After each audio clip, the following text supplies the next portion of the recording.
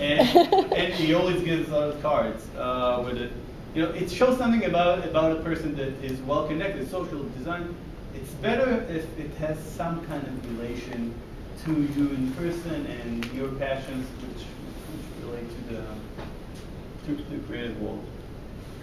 So how is it prominently put into your resume as like a separate line of a whole start? On my resume, it's the first item before, like on the address and phone line. It's the first item.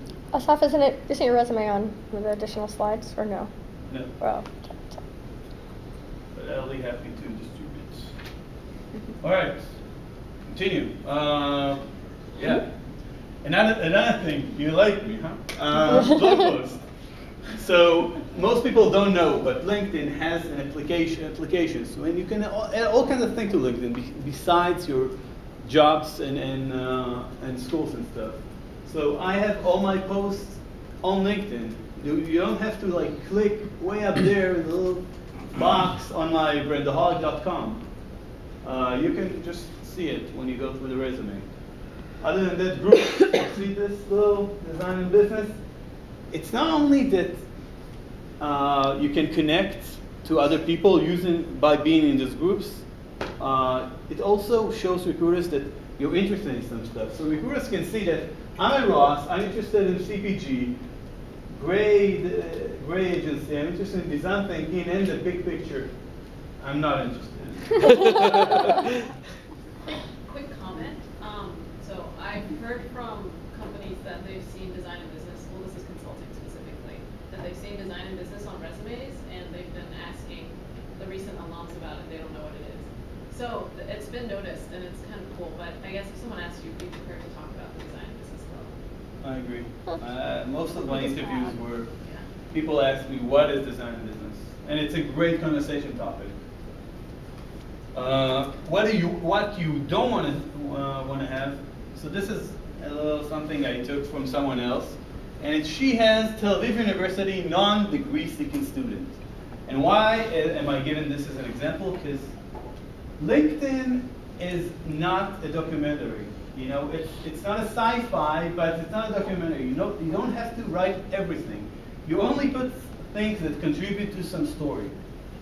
Being in Tel Aviv as a non-degree seeking student doesn't contribute to any story. She should either omit it or change it to some, I don't know, something compelling that adds some value to her story, to her personal brand. So try to really tell a story using LinkedIn. So yeah, story, reflect, yeah, cool. Twitter. Anybody uses Twitter? Yeah, not a lot. So me too. I never used Twitter till the day that at the end of the interview, a recruiter told me, "What's your Twitter? I want to follow you." And then I was, I don't twit, and he didn't like it. And I just opened Twitter at the same format like I open a blog. I don't update it. It doesn't take resources. I just open it, post 5 tweets, and that's it. And anybody that looks for me on Twitter sees that I'm kinda, you know, interested in 5 brands that rock social media or advice from client side, blah blah something. Stuff that are in the content world that you want to communicate. So also, it's a half an hour. Just do it.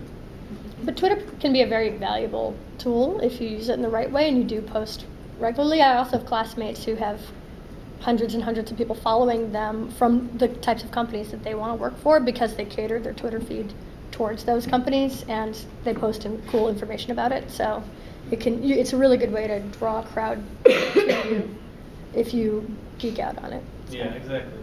If you're willing to put up the time and invest in it, that's a great tool to show, to create a conversation with people in the field, even in companies. If you don't have the time, like most of us in B school, then just do the minimum, but try to do it. There's a good program called TweetDeck that coordinates all of your social media stuff. Mm-hmm. So you just put it in one place. There's Twitter, Facebook, the blog. Yeah, it is good. But the hope is that you don't have to hassle with it too much. That you're going to take advantage of social media without it controlling your life. Because I still blog a lot, and it takes a lot of my time to follow trends, follow the news, think of what to write. I have to provide 3 posts a week for the Israeli Wall Street Journal. You know, it's a headache. You don't want to be there, so you can choose where you want to be. All right, SlideShare. Anybody know SlideShare? Great. So the guy from Landor also asked, please send me your SlideShare presentation. Most people seem to not know what he was talking about. So SlideShare is a platform in which you can upload presentations, and they're all online. They run exactly like PowerPoint, and also this is your portfolio. We don't have designs. We do have strategic analysis from our map projects. We do have stuff we did for a nonprofit before school. We all have some kind of presentation that reflects on our skills. Are these in any way available like to the public, or do they need to like? You can choose. You can choose. Okay. I do everything public. Yeah. Yeah, I think map projects. My projects are proprietary. Yeah, I agree. Yeah. Yeah, but others. So one way is really to upload the map or something that's sensitive in a restricted way and just send links in case someone asks you. But it's always good to have at least one deck available for everyone. So if they Google you, they get to it and they kind of see your work. Like last week, 2 companies asked me to see stuff I worked on. They didn't care in which way, in which form. They wanted to see what I'd done before school, not just stories and resume. Rudy? So, for SlideShare, does it have to specifically be kind of like work related, or No. maybe like other types of like presentations? Whatever. I think that, yeah, unlike the blog, I think this can be whatever that shows that you have kind of a unique thinking, and it's well designed, and it shows that you have some kind of design creative thinking. It can be about robots. Yeah. Facebook. Don't use Facebook as a tool for company relations at all. Really. If you haven't before school checked your privacy settings, do it now, because recruiters do check it, and you don't want your profile picture to be with a beer bong, because it's gonna show up. And also, don't add nice alumni that you meet, even if they graduated 1 year before you. Just don't do it. Don't add all kinds of acquaintances from internships or maps. Keep Facebook to school and previous friends. It's too sensitive.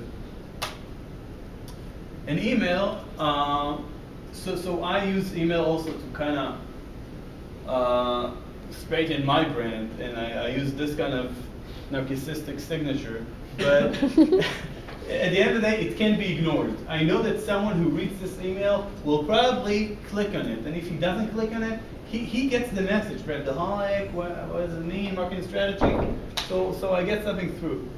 Other than that, try to send unusual thank you notes. Don't be like anybody else. Like, thank you for this and this. Try to catch some kind of insights from company meetings or from your conversations that is unique. Send interesting questions, like this question. No, this is an interesting article. Something I saw on some blog, and I sent to a guy at General Mills because he would be interested in it. This creates some kind of relationship. By the end, when I came to interview with Mills, he gave me a hug at the interview lounge, and everybody was shocked because you kind of develop this relationship. So really, try to send interesting questions and articles throughout time. So that's it. So you're in the middle and you're surrounded by social media, and use it. Yeah, I think the key is just that all these things need to work together and be consistent. So, you know, you can have something about robots in one place, but you need to make sure that you're representing yourself seriously or showing very